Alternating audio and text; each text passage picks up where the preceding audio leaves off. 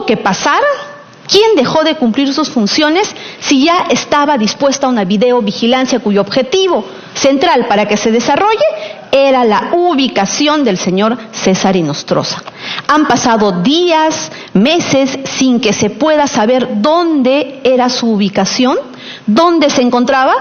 No, porque el 4 de octubre tenemos una fecha cierta donde se conoció su ubicación y esa ubicación era el Congreso de la República. Entonces entendemos que esa videovigilancia también implicó su entrada y salida de este Congreso. Otra pregunta: ¿quién incumplió sus funciones si existía una videovigilancia como diligencia, lo cual implica que el equipo policial encargado de la videovigilancia le tenga que hacer un reporte pormenorizado al fiscal director de la investigación, en este caso Pablo Sánchez? Cuando una diligencia de videovigilancia se realiza, señor, les pregunto a todos los presentes, si ustedes fueran fiscales, ¿cómo le pedirían los informes a la policía si el caso es tan grave, si el riesgo de fuga a partir del 4 de octubre era máximo en todos los medios de comunicación? El Congreso de la República ya había decidido remitir los documentos y levantarle el fuero para que el fiscal Pablo Sánchez le pudiera formalizar investigación preparatoria. ¿Ustedes dejarían de pedir esos informes un mes, 2 meses? ¿O lo dispondrían en en julio y le van a pedir un informe en noviembre?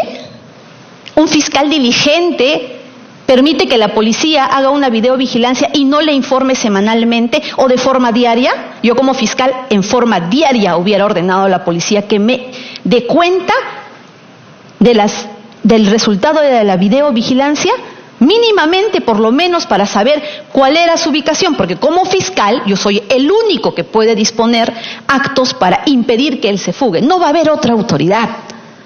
¿A quién le importa que esa persona no se fugue y sobre quién recae esa responsabilidad? Sobre el fiscal director de la investigación. ¿Cómo pedir esos informes? ¿Diario, semanal, quincenal? ¿O voy a dejar pasar 1 mes, 2 meses y decir luego, uy, se fugó y resulta que el 4 de octubre, que ya se había levantado el fuero, yo no le pedí el informe a la policía para decirme, oiga, dígame por lo menos dónde está? Y resulta que ahora nos va a pretender decir el señor Pablo Sánchez que él había ordenado la videovigilancia y que la policía todavía le tenía que dar el informe el 11 de noviembre. El 4 se le levanta el fuero, el 17 se conoce y hoy el fiscal Pablo Sánchez pretende burlarse de la representación nacional y de todos los peruanos al decirnos que no tenía los resultados de la videovigilancia porque la policía todavía le tenía que hacer un informe el 11 de noviembre. Es decir, dejó pasar julio, agosto, septiembre, octubre, hasta noviembre y le voy a esperar de los brazos cruzados a la policía, o le estoy diciendo, ¿sabes qué? Yo no pregunto, ustedes no hagan bien su videovigilancia y permitan que él se fugue. Porque yo les pregunto, señores, 4 que sale del Congreso, porque el señor César Inostroza estuvo aquí y en ese momento que se le levanta el fuero, se dio el máximo riesgo de fuga. 5, 6, 7, 8, hasta llegar a Tumbes. ¿Dónde estuvo la policía? ¿Dónde estuvo la preocupación del fiscal Pablo Sánchez? ¿Acaso no dijo en ese momento, ¿saben qué, señores? Además de la videovigilancia, porque ahora pretenden decir que con la videovigilancia él no lo estaba cuidando, que la videovigilancia es solamente una diligencia. Sí, la videovigilancia es para corroborar los encuentros, para corroborar qué actividad hace, porque obviamente también los estás escuchando. Pero ahora ellos nos pretenden decir que la videovigilancia es una diligencia, que no era para cuidar y para vigilar al señor César Inostroza para que no se fugue. Esa respuesta se cae sola, señor presidente, porque si el objetivo de la videovigilancia es César Inostroza, ¿cómo no saber cuál es su ubicación?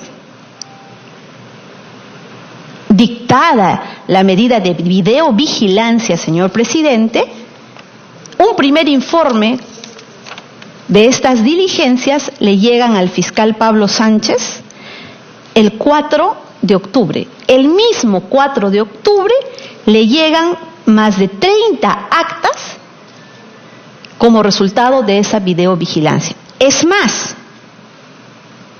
con fecha 15 de agosto, la fiscal Sandra Castro Castillo le envía al fiscal Pablo Sánchez un informe, el 05-2018, y a raíz de este informe, que entendemos que traía información muy valiosa, el fiscal Pablo Sánchez declara secreta la investigación. Voy a solicitar que la subcomisión pida esta información porque es de trascendental importancia, señor presidente.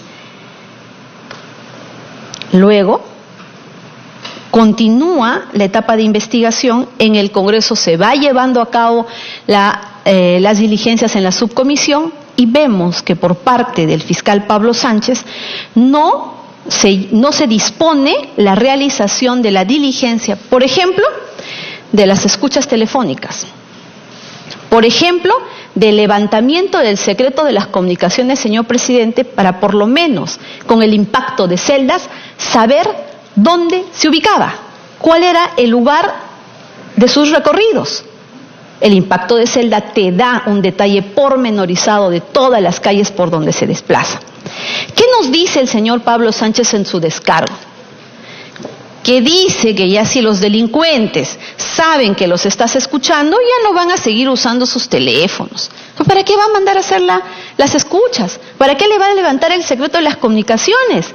Entonces yo les pregunto, señores, ¿cómo es que el señor César Inostroza planificó su fuga? ¿Él se fue hasta Tumbes a coordinar con las funcionarias que le iban a dejar pasar? ¿Cómo es que planifica su fuga desde Lima hasta Tumbes? Si había videovigilancia que daba cuenta de con quiénes se reunía, obviamente el único medio que le quedó para realizar esas coordinaciones es un equipo telefónico o una línea fija. Pudimos haber sabido cuál era su desplazamiento, con quiénes se comunicaba, con quiénes coordinó su fuga, con quiénes coordinó su desplazamiento desde Lima hasta Tumbes. Por supuesto que sí, pero el fiscal Pablo Sánchez omitió ordenar esta diligencia fundamental, indispensable, obligatoria para él como director de la investigación. ¿Acaso la fiscal Sandra Castro, cuando se dieron a conocer estas escuchas telefónicas, dejó de seguir cumpliendo sus funciones? ¿Dejó de seguir ordenando diligencias? Continuó, porque de alguna manera, si es que no se comunican a través de llamadas, el impacto de celdas te va a dar una información importante de cuál es su desplazamiento. Una persona que captaba el repudio nacional, en este Congreso se venía llevando a cabo una investigación, ¿no le despertó al fiscal Pablo Sánchez la preocupación y la necesidad de ordenar esta diligencia? No. Por eso, señores, dejamos claro, esta diligencia era indispensable. No basta decir que como el delincuente ya sabía que lo habían estado escuchando, ya no va a volver a usar el teléfono. Con el impacto de las celdas no solo se sabe dónde está su teléfono, sino los teléfonos de las personas que se han juntado con él, que se han reunido con él, que están alrededor de él. Si no utilizó sus líneas telefónicas, debió utilizar de sus familiares, de alguna persona cercana, y eso a través de una diligencia.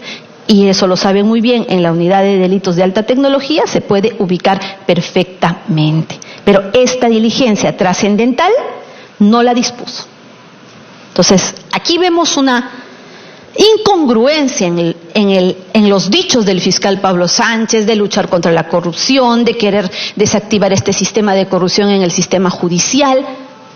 Y si lo comparamos con sus diligencias, con sus acciones, aquello que debería haber materializado esa preocupación que tenía, vemos que no realizó ningún tipo de diligencia que por lo menos nos permita conocer que una persona que tiene impedimento de salida pueda permanecer en un lugar. Y mucho más si yo le he ordenado hacer una videovigilancia. Y mucho más si sobre esa vigilancia yo tengo que pedir informes diarios, porque me tendrán que decir dónde estuvo, si se reunió, no se reunió, con qué persona se reunió. Ahora resulta que estaba dispuesta a una videovigilancia donde no supieron dónde estuvo desde el día 4, 5, 6, 7. Señores, el 4 salió de este Congreso de la República. Hay imágenes, fotografías, hizo su descargo. Aquí se tomó una decisión mediante una votación para levantarle el fuero. En ese momento se definió el máximo riesgo de fuga. En ese momento,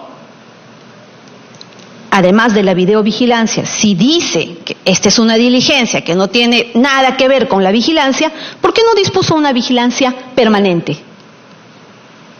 ¿A dónde se dirigía? ¿Cómo no vamos a saber cuál es el paradero de la persona que sale de este Congreso de la República si a partir de ese momento inicia su fuga? Señores, ¿cuántos días le tomó llegar desde Lima hasta Tumbes? ¿En qué carro salió? Del Congreso, subió un carro y ese carro directamente lo llevó hasta Tumbes. Llegó a su casa, sacó una maleta, salió en un vehículo. En la maletera, la videovigilancia da cuenta que del domicilio a horas tal sale un carro. Esa es responsabilidad del fiscal Pablo Sánchez. Esa es la omisión que él cometió, que él no ordenó una vigilancia permanente. Sin embargo, eso no lo libra de responsabilidad porque había una videovigilancia de la cual no le interesó pedir un informe el mismo 4. Para él estaba bien esperar al 11 de noviembre. Yo les pregunto, el 11 de noviembre, ¿qué teníamos?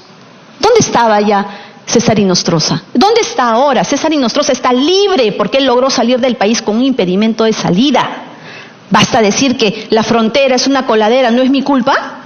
No, señores. ¿Cómo llegó de Lima a Tumbes? Esa es la explicación que nos tienen que dar. Porque aquí tienen que responder policías y el fiscal. Ahora, vayamos al aspecto de la policía.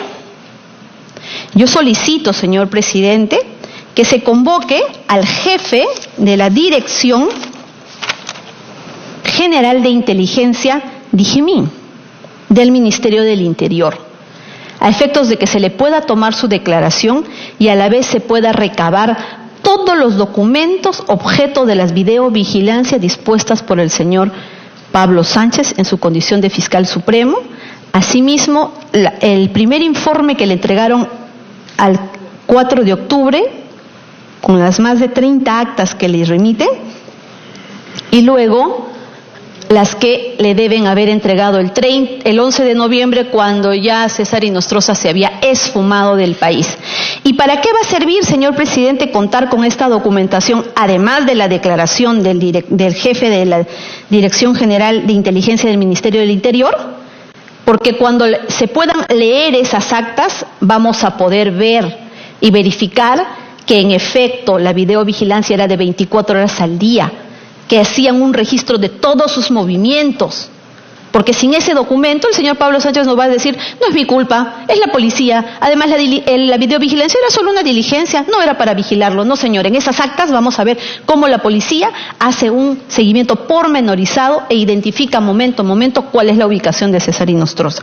Asimismo, solicito la presencia de todos los efectivos policiales que realizaron esta videovigilancia desde la primera disposición fiscal, que se da desde el 13 de julio del 2018 hasta el 11 de noviembre del año 2018. A todos los efectivos policiales que se oficie a la DIGIMIN para que nos puedan dar los nombres y que cada uno de ellos venga a informarnos. Y así podremos identificar al efectivo policial que pudo observar por última vez. Recordemos y tomemos como una fecha importante, una fecha cierta, el 4 de noviembre, que el señor César Inostroza sale de este Congreso de la República. Y hacer una investigación pormenorizada para ver que esos documentos también no hayan sido manipulados en forma posterior o no hayan desaparecido. Por cuanto ya no sabemos qué es lo que pasó después. El señor Pablo Sánchez, el día que se conoció la fuga, no dijo nada. Y luego cuando salió el reportaje de Karina Noboa, tampoco nos da una explicación que nos informe con certeza quién fue la última persona que vio a César Inostroza cuando de por medio hay una videovigilancia. Asimismo, solicito, señor presidente, que se recabe todas las copias de la investigación a cargo del señor Pablo Sánchez, donde observaremos precisamente todas aquellas diligencias que ha realizado y las que no ha realizado y que han dado lugar a la fuga del señor César Inostroza, que el día de hoy está disfrutando de su libertad en España. Pero hagamos un recuento: cómo salió de Lima, cómo llegó a Chimbote, a Trujillo, a Chiclayo, a Piura y luego a Tumbes. Esa es la pregunta que nos tienen que responder de forma documentada, porque aquí hay una responsabilidad no solo del fiscal Pablo Sánchez, sino también de los efectivos policiales que participaron. Porque aquí había una obligación de informar. Si el fiscal Pablo Sánchez no lo pidió, la policía, ¿dónde estuvo?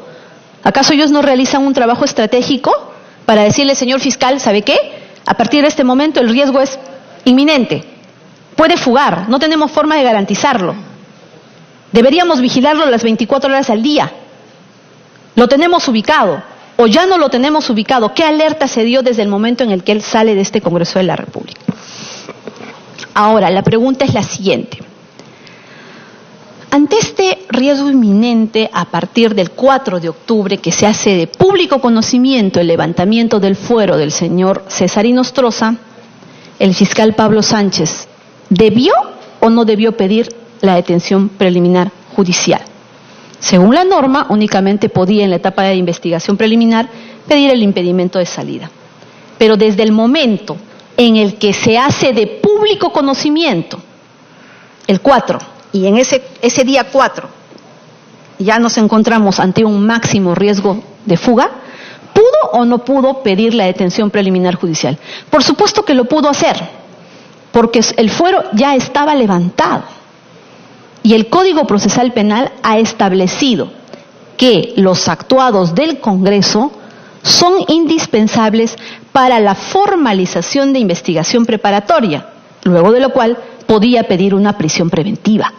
Pero para pedir una medida de detención preliminar judicial, ¿tenía los elementos o no tenía los elementos, señor presidente, para poder plantearla ante el Poder Judicial y ante este máximo riesgo de fuga?